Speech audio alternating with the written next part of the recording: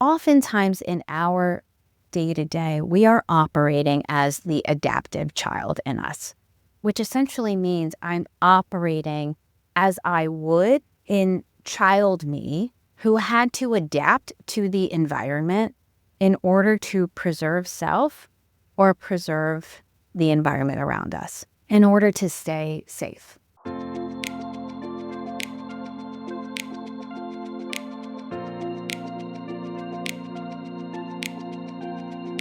Welcome to the Core Happiness Podcast. I'm your host, Casey Banks, a mindset and positive psychology coach. On this podcast, we discuss all things related to creating happiness from within. So let's do it. Welcome back to the Core Happiness Podcast. If you have ever wondered why you keep repeating the same patterns over and over again, either in your daily life or in relationships, or why it's so hard to feel truly seen and supported, then this episode is for you.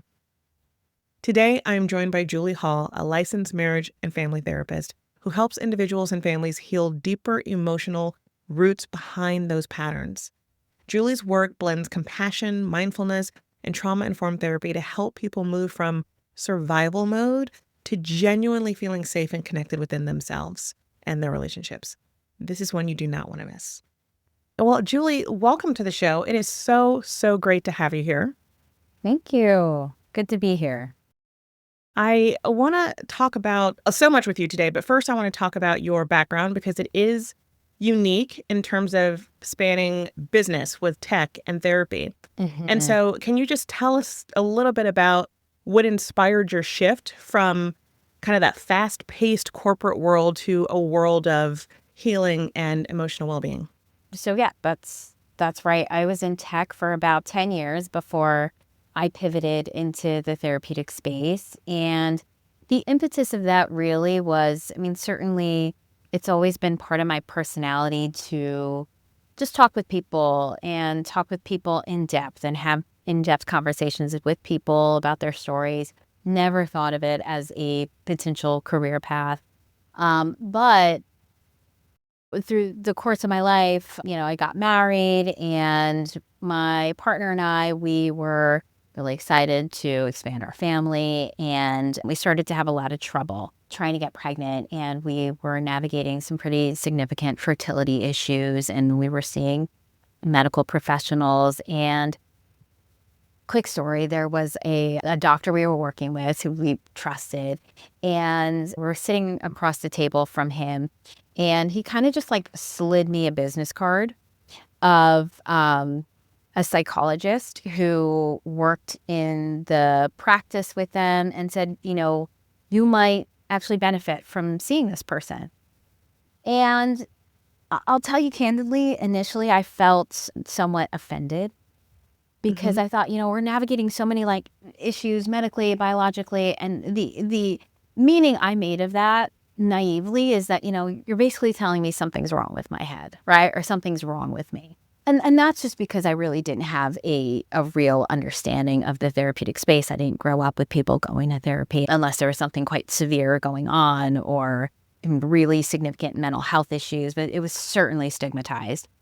All that said, I was curious. And so I did go to that appointment. I made the appointment, went to the appointment, and I will say it was like the floodgates opened for me. I had no idea what I was carrying. All of the emotional turmoil that I was navigating, all of these talk tracks that were in my head that were blocking me. And it was just this real beautiful outlet for me and incredibly helpful. And I certainly know that's not everybody's initial experience with therapy, but it was mine. And it really catapulted me into wanting to shift careers and be a support for people specifically who are navigating fertility issues, because at the time I just didn't feel like there were a lot of resources for us, for couples, for individuals. And so I went back to school and I made the change. And that was about, however many years ago.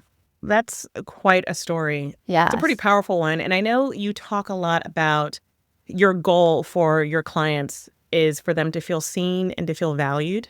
Yes. And I'm curious, is that what you felt when you said the floodgates open for you? Did you feel seen and valued? And that is kind of that initial turning point that was like, I absolutely want to do this.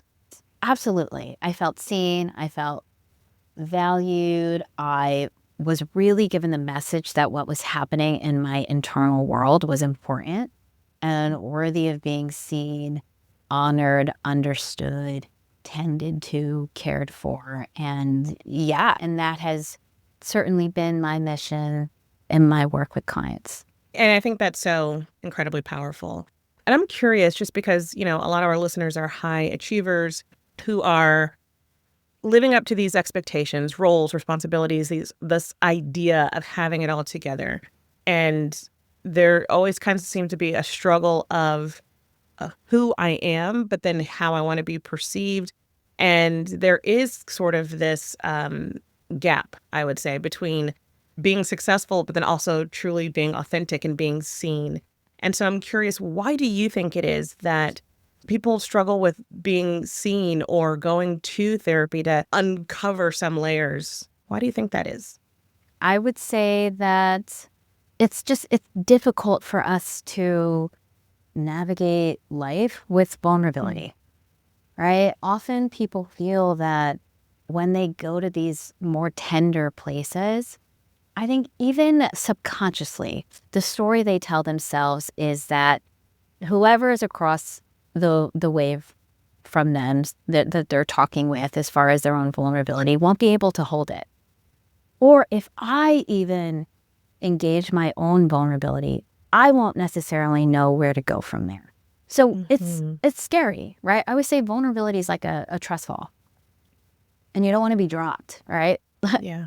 And so often people fear that they are going to be dropped. And so what they do instead is often their protective measures, right? Whether it be masking, whether it be, anything that's particularly performative or trying to make sure they can control all the pieces, or particularly with high achievers, I see a lot of that. Or they want to just keep moving. Let me just keep moving. Yeah.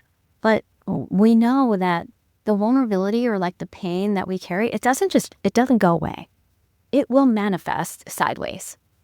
It will manifest in anxiety symptoms, relational breakdowns, depressive symptoms. And so the intention of expressing in these ways is if we can engage some of these more tender places in our story intentionally, then we really minimize the risk of them coming out sideways. Yeah. And harming us and harming the people that we care about. I know that you work with family systems, and when you talk about the feeling of not being held or not wanting to be vulnerable or putting on that mask, I'm wondering if that plays into the family systems and if how we are behaving as adults stem from maybe early family dynamics. Absolutely, 100%. There's a framework of what's called operating as the adaptive child versus the wise adult. It's quite almost like self-explanatory, right? Like oftentimes in our day-to-day, we are operating as the adaptive child in us, which essentially means I'm operating as I would in child me who had to adapt to the environment in order to preserve self or preserve the environment around us, in order to stay safe, emotionally or even physically, right? So adaptive child might be the person, behaviors might be, I will people please. I'm going to people please. Or adaptive child might be, I have to be perfect, right? Because the message I got when I was a child or in my family system was, if I, operate this way, if I can people please, or if I can stay hypervigilant, if I can be responsible for all the things, if I can get like the perfect grades or be perfect in all these ways, then I will be affirmed. Then I will be valued. Then I will receive love, right? And so then as we get older, we continue to operate in that way as the adaptive child. And so what we really try to do, what I try to do in the therapeutic space, is help people recognize when they're showing up as their adaptive child versus what it looks like to show up as the wise adult. The wise adult is the part of us that we want to really elevate. We really want to strengthen. It's the person who knows better, right? The person who recognizes that there are multiple parts to self. And so it's like the evolved version of us. One thing that I hear a lot is when people are struggling with self-worth, it seems to stem from those conditioned beliefs from adolescence. But in your work, how would you describe these early dynamics and how they affect our sense of self-worth? I mean, especially for women who are feeling like they must hold it all together. And you mentioned people pleasing, and you mentioned having to do certain things to feel a level of worth. But I'm curious if you have seen in any specifics in terms of how those dynamics just affect our overall self-worth. Yeah, I think if we continue to operate in the ways of the adaptive child, I think they certainly start to, or just continue to chip away at our sense of self, right? Our understanding of self. And so I think it's really critical to recognize what the adaptive child looks like. I would say we cannot heal what we do not acknowledge. So it's critical that we acknowledge that we can name what the behaviors of the adaptive child in us look like. So in my work with clients, it's the lens of relationship. All the issues that we are navigating really come down to what's happening in our relational dynamics. So almost always with clients, I will engage very specific work around their genealogy or family system. So I will look at your grandparents' generation, your parents' generation, and your generation, and we're looking for threads. We're looking for threads in 3 areas, right? The first area is relational patterns. So things like, how was love given? How was love received? What were the different communication styles? How did we know we were in conflict? The second area of focus is what we call narratives. So narratives are essentially the stories that we tell ourselves about ourselves, the stories that we tell ourselves about the world around us. And those just don't come out of thin air. Those are essentially handed to us based on how we are responded to or not responded to in our formative years. So that's things like, what do we value? What do we consider to be success? What do we consider to be failure? Right? What do we consider to be good? Who do we consider to be good? What do we consider to be bad? Who do we consider to be bad? And then the third area of focus is trauma.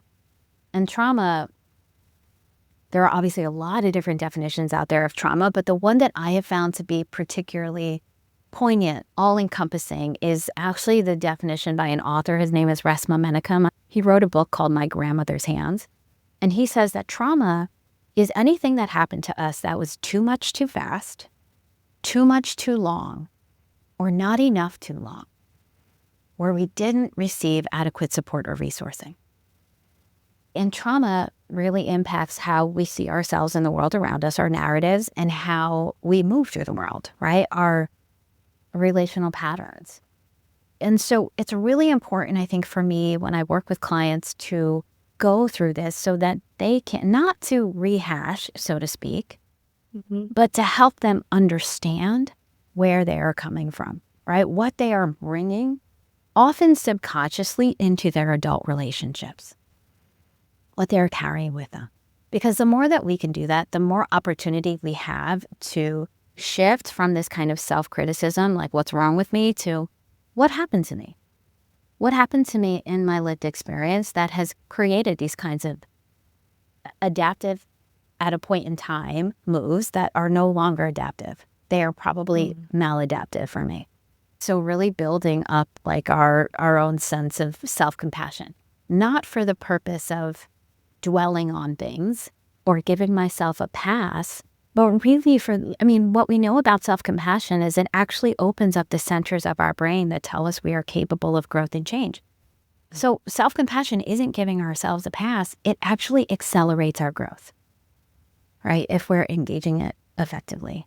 And then the other reason that I do this family work, again, we cannot heal what we do not acknowledge. So the acknowledgement component, and then it's helping clients recognize that they actually can be empowered to make different choices.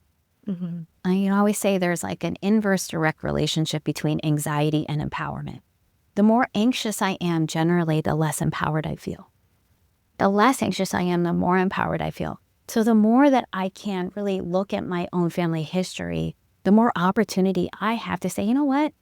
That value that was part of my family lineage for so long, it's not necessarily serving me. So I want to leave it there. Or this particular way of loving, I think actually is important for me to bring forward, right? So we're making these really intentional decisions based now on very explicit knowledge. Mm-hmm. That was a very long-winded response to your question No, but about that's family. that is packed with so much. Especially when you brought in compassion. One of the things that I've seen, at least in the clients that I see, is that self-compassion is one of the hardest things that people have trouble accepting or working on. And Casey, preach. Yes. I think it's one of those things, though, where it sounds nice, but it's hard to practice in the day-to-day. And then I'm thinking, for someone who grew up in that environment where their emotions weren't safe or their needs weren't being met. Like, I don't know if you have tips or suggestions, but like, if somebody's listening and they were in that environment and they do struggle with that self-compassion, how can they begin to build that sense of safety and self-trust as an adult? You're asking the real questions here.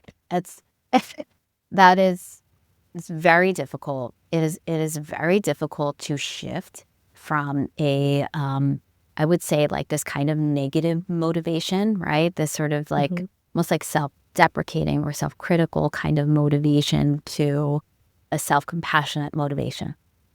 There's always a function of anything that we do.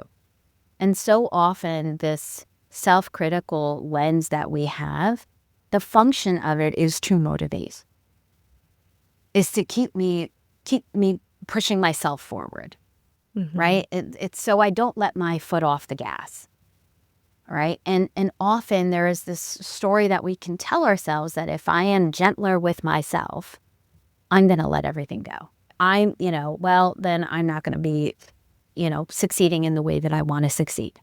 So often I really do try to give clients some of the psycho ed around self-compassion, like what it actually means, like what we're actually looking at here. The self-criticism often keeps us somewhat hijacked in fight or flight, hijacked in the scarcity model. And when it's very difficult for anxiety and creativity to coexist. It's very difficult for me to engage creativity, healthy problem solving when I am in full fight or flight. And so I think it's really important to, again, engage clients in what self-compassion actually means, some of the research around self-compassion, and then we actually talk about practice, right? Practice around what it actually looks like to engage compassionate ways of moving through the world. For example, regulating your nervous system, what it actually looks like to tend to your physiology. When sensors are going off for you, often what happens is we just kind of like white knuckle through it. Then we're just sort of like white knuckling through our day to day until we hit the end of the day, and then we're back on the hamster wheel, right? And what that again can very quickly do is move us into burnout. Yeah. And there are all kinds of like symptomology around burnout versus what it looks like to tend to what our physiology is communicating to us during the day. What are some of the tells, for example, that are communicating to me I am feeling anxious? Notice the tells in your physiology. Maybe I start to fidget. Maybe I like hunch my shoulders up. And so as you start to notice your tells, what I really try to help clients just practice is tend to those tells. Drop your shoulders. Do some breath work. I want to help them develop a deeper connection to their physiology, to their body, even before we start working on the thoughts. We start working on kind of what's happening as far as like negative belief or negative cognition or blocking beliefs or whatever that is. Right? I don't know if that answers your question, but it's certainly complicated. But I am a real proponent of helping clients tap into what's happening in their physiology. That can often be very difficult for people to do when they, again, are just kind of like a white knuckling through their day to day. You asked a beautiful question around if you grew up with this message that your emotions didn't matter, how do you begin to practice engaging your emotional health, emotional well-being, right? And I see that a lot too, certainly as like what good does it do me to explore, the emotional world? Like, how is that actually going to be helpful for me? In some of my clients, like I work with some first responders, to engage their emotions is actually quite dangerous in their jobs. So it's difficult for them to then come back into, let's say, their relational dynamic and, experience connection. Like when I work with couples, we really try to practice that in session. And the reason, like the why behind that is engaging your emotions is relationally incredibly important. It's relationally incredibly important. It fosters connection. It fosters intimacy. That is 1000% research. It increases the health of our relationship with ourselves as well. The more that I understand myself, the more regulated I am in all parts of my life. Right? The more that I am showing up authentically in all parts of my life. And again, it has a very real correlation around adverse health impacts. So, all of this I think is so deeply related. So again, often what I try to do in the therapeutic space is mirror and model what it looks like to hold space for someone when they are sharing their emotions. It's kind of like what happened to me, right? In my own therapeutic space, when I share with someone and they validate, they make room for, these are, again, these kind of micro moves that are deeply powerful. Yeah. And one thing that comes to mind, especially when you talk about kind of like the white knuckling, is just that survival mode. Especially if you have been in an environment where your needs weren't getting met and you do go into this sort of survival mode, and then that becomes inadvertently kind of like a sense of safety. And so you want to get out of survival mode, but it also feels scary to do so.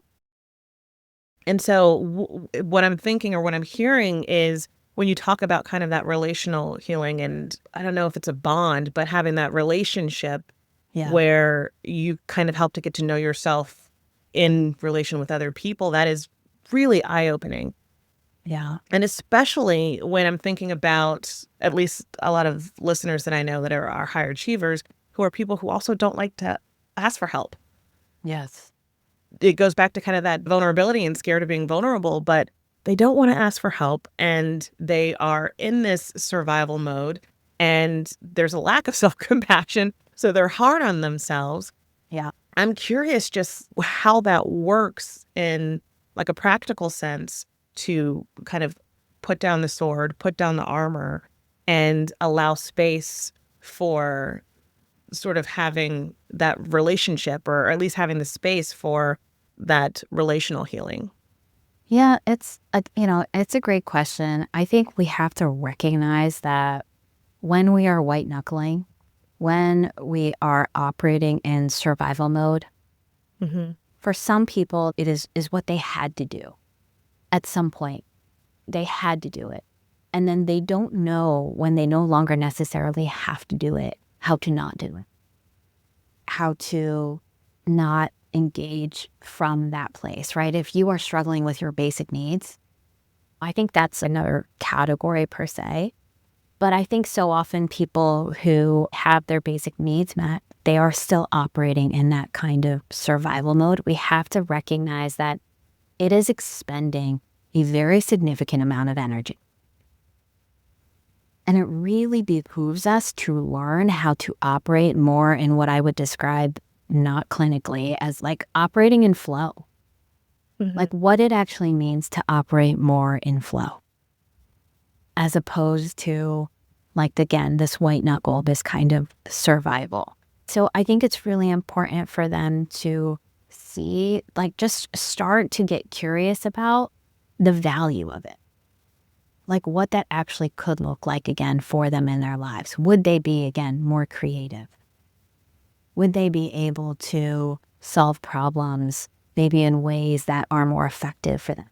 Would they be able to have healthier relationships with their partners or with their children or with the people in their life? Right? Like, again, sort of recognize that there is a cost to this kind of survival mode. So once we can get their buy-in, right? Like buy-in around like a motivation to shift, I think that's where we now have to practice. We have to practice perhaps what it looks like. And maybe the practice just starts in the therapeutic space. Often I get, clients who hardly ever cry, emote tears. They are emotive in that way. They cry, they are weepy in the therapeutic space. And it feels foreign, feels unfamiliar. And so often what is unfamiliar to us, the nervous system says, like, is this okay? Is this safe? Right? And the reality is, just because it is unfamiliar does not mean it's not good. And what they maybe start to notice is there's a relief in them. There's a relief in sharing something. And just giving ourselves permission to say that thing that I won't tell anybody.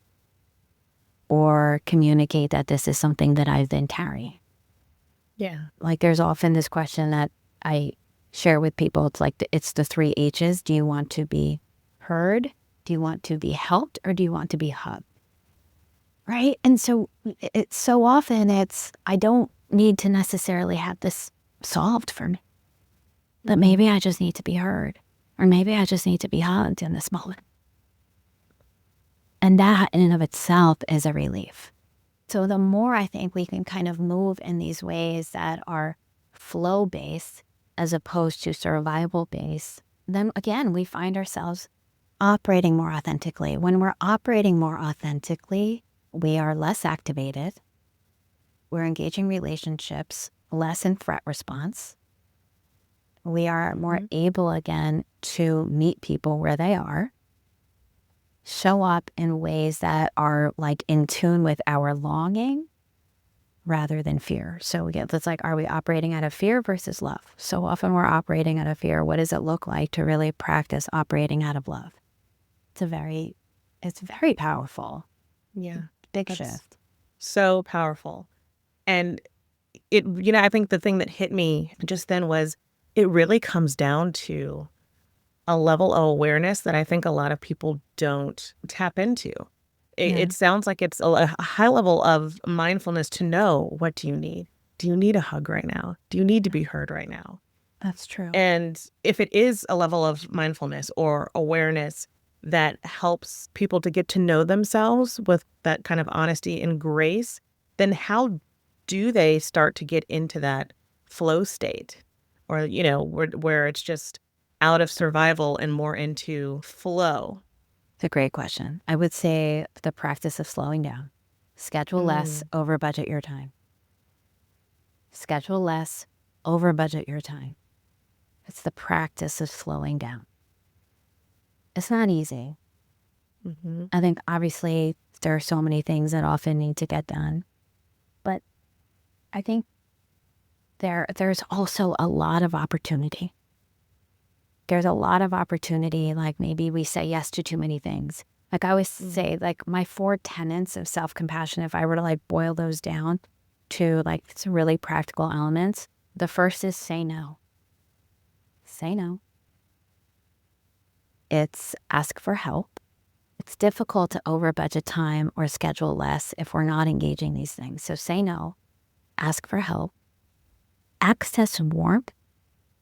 What I mean by access warmth is access some tenderness every now and then.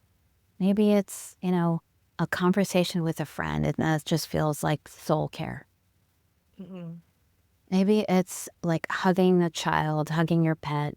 It's like physical contact with your partner or whatever that looks like. So it's accessing warmth. It's reading a card that just reminds you of connection.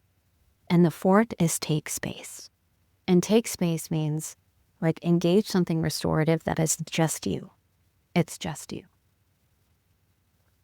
So grabbing, just your favorite cup of coffee or tea and just looking at the leaves, going for a walk, taking a longer than usual shower, doing your skincare in a way that's really intentional. So those are like my 4 practical sort of steps around self-compassion. They're not necessarily easy, so I really do encourage clients to practice them. Practice means I will likely fumble through this. But the more reps I have that are successful, the more my body says, this is good. The more that I experience success in something, the more that I'm going to want to engage it. It sounds like when you're going through the 4 steps, it is almost counterintuitive in a way, where if you are, white knuckling through and you're a high performer, the one thing you don't want to do is take space, for example, even though that's a thing that you should do, right? And I think that goes back kind of to the mindfulness and awareness, which is you do need to take space. You do need to offer yourself that grace. And I'm also curious, for people who are kind of struggling with connection, especially when you think about relational healing, can you explain or just give us a glimpse of what emotional safety in a relationship looks like? A safe relationship is one that, and again, where you feel seen, heard, cared for. And so often what happens in our relational dynamics is one person, I'll just use an intimate partner relationships only because that's primarily what I work with. What we often see is that as one person gets activated, let's say, in the relationship over something. It actually could be a stressor outside of the relationship. It could be something that's happening within the relationship. When we get triggered, so often what happens for us is we then show up in our threat response. It activates our threat response behavior, fight or flight, right? Fight, I retaliate, I get hostile, I get defensive, I rage. Flight is I duck and cover, right? I hide, I run away. Then there's freeze, I go blank. Then there's fawn, people pleasing. And then there's anxiety type symptoms. I try to control all the things, then there may be numbing out, right? Or some escapism. Yep. But what so often happens is when I get into my threat response behavior, it activates my partner's threat response behavior. So, for example, what we often see in the therapeutic space with couples is what we call the withdrawer and the pursuer dynamic. The withdrawer in the dynamic is when there is conflict or when there is like a semblance of conflict, the withdrawer goes away, right? Just, wants to exit the situation. Then there's the pursuer in the dynamic. The pursuer says, when there's a semblance of conflict, we got to talk about it. And the pursuer has all the words and wants to address it in the moment, right? But the more that they experience the withdrawer pulling away, the more the pursuer wants to double down on the pursuit. But the more that the pursuer pursues, the more withdrawer wants to double down on the withdrawal, right? So now we're just getting further and further apart. But what's beautiful is underneath both the pursuer and the withdrawer is almost the identical intention. And the intention is to preserve connection.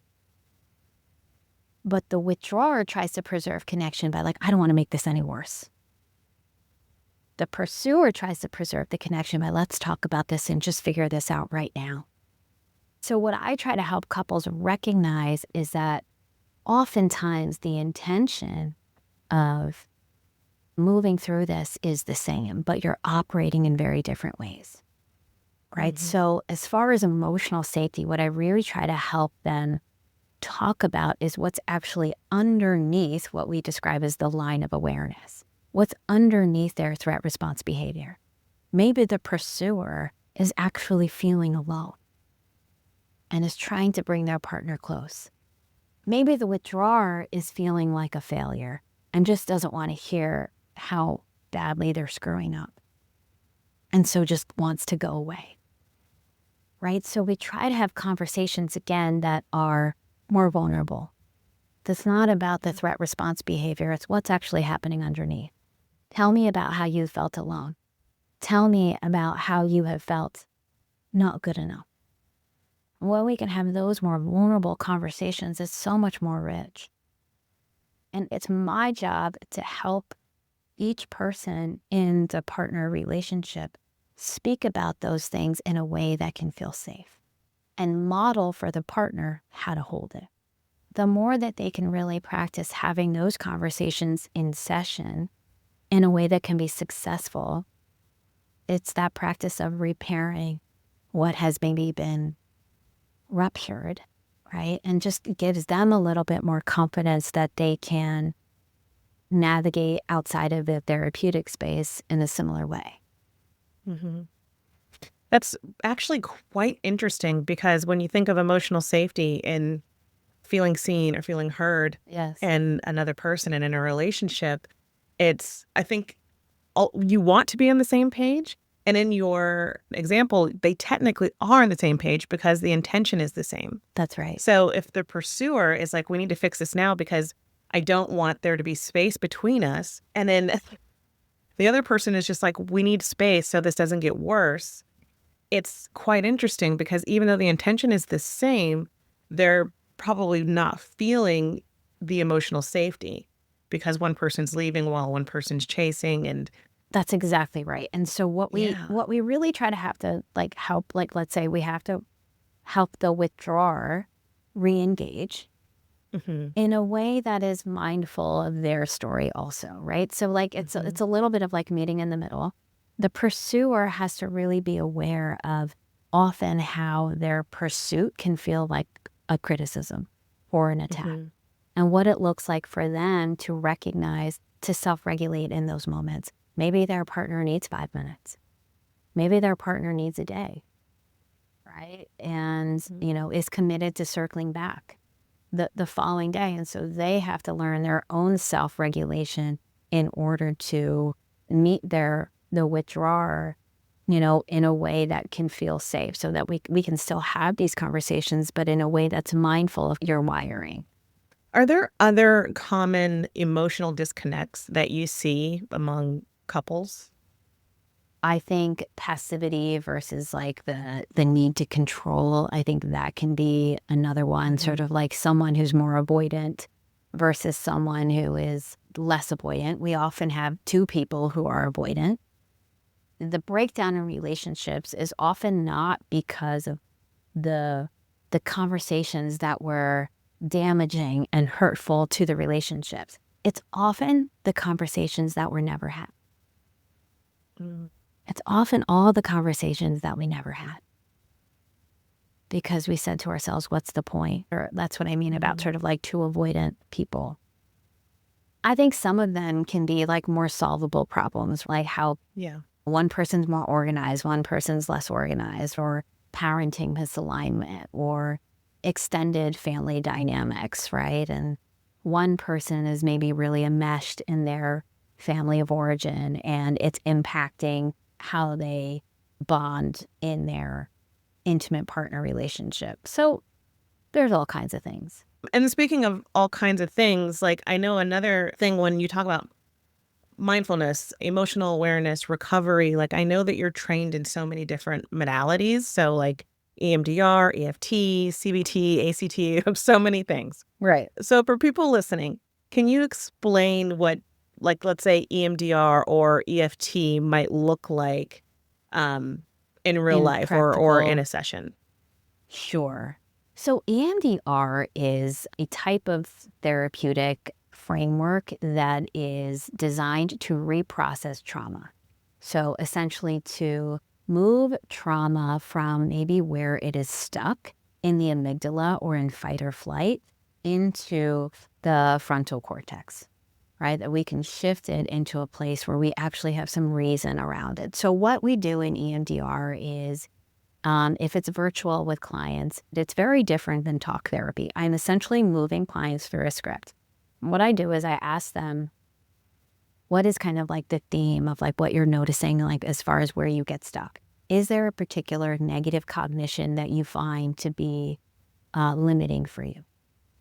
Like we talk about limiting beliefs. It's another way to put it, right? Is there a particular negative cognition? And then we'll go through, let's say, like a list of negative cognitions, and they'll find one that's like particularly charged. And then we'll go through what EMDR describes as float back memories. I'll ask them, when was the first time that you felt this way? When was the worst time you felt this way? When was the most recent time that you felt this way? And then we will choose one of those memories to essentially reprocess. And so what I do is the first part is I essentially like activate the client by asking them to describe just a few sentences, like something sensory about that particular memory. Then I ask them how distressing it feels. So maybe they'll tell me it feels like a 6. We call it SUDS, like units of distress. And then I'll ask them what they would like to believe about themselves. It's the positive cognition. And then I ask them, how valid is that for you at this moment? And they might say it too. Right? And then again, we're in the process of activating them. I ask them what emotions they feel, what's the body sensation. And then we go through the process of desensitization, where it's either through tapping, through sensors, through eye movements, that I ask them essentially to go into that place. They don't have to say a word to me. They don't essentially say anything to me, but I ask them to go in, and then I will ask them to pause and tell me what they notice, just very briefly. And then we continue that throughout, essentially until they start to experience some desensitization. And then what we do is we try to install the positive cognition. Also through like a somatic lens, through whether it be tapping, the sensory component, or eye movement. It's quite fascinating. And again, what we often say in EMDR is we can do a lot with a little, meaning they don't really have to share too much with a therapist. So much of it is happening internally for them, and I'm really facilitating the process. When there are blocks, I do try to help them remove blocks, but it's highly effective, I have seen, particularly with trauma. So that's EMDR. And EFT, emotion-focused therapy, is a little bit of what I talked about before, where I really ask clients to look at what are some of the things in their day-to-day that they experience as triggers, right? And in the trigger, what it essentially looks like in the nervous system is some kind of threat. It can be real threat or perception of threat. And it's generally a threat to one or more of 3 things: threat to our feelings of love, threat to our feelings of safety, or threat to our feelings of belonging. Anytime we are experiencing threat, real or perceived, to one or more of those 3 things, we go into our threat response behavior. So what I try to help clients do is identify triggers. What are their typical threat response behaviors? But then underneath that, I really try to help them tap into what we describe as pain stories, PAIN stories. So it's as if, like, if you could imagine this with me, it's when they experience a trigger, it's as if somebody put a t-shirt on them, and the t-shirt has an I am statement. And the I am statement usually goes something like this. I am not good enough. I am a failure. I am unworthy of love. I am unlovable. I am rejected. I am alone. Like, these are not pretty stories, right? Which is why the body says, yeah, let's not talk about those stories. They're too vulnerable. They're too tender. Let's just do our threat response behavior, because we know that will work, right? But what we also know about threat response behaviors is that they are not sustainably effective. Over time, they keep us disconnected from ourselves and from the people that we love. So what I try to help people really tap into is getting more familiar with their pain stories. Generally, we don't have 15 different pain stories running around. We've got like one or two that have been with us for quite some time. Mm-hmm.